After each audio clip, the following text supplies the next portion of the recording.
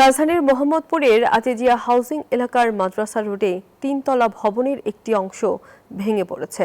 ভবনটির পাশে বসবাসরত এলাকাবাসী জানান, সকাল 8:30টার দিকে বিকট শব্দে ভেঙে পড়ে ভবনটির 2 তলার বারান্দার দেয়ালের একটি অংশ। এতে আতঙ্কিত অবস্থা বিরাজ করছে এলাকাবাসীর মধ্যে। দ্রুত ভবনটির সংস্কার হওয়ার দাবি জানান তারা।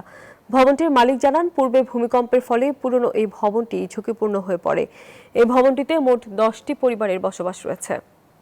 8:30 বাজে দেখছি যে আপনার ঠাস করে একটা শব্দ হয়েছে। পরে আইসা দেখি যে এটা ভেঙে পড়ছে। কোনো মানুষ ছিল না।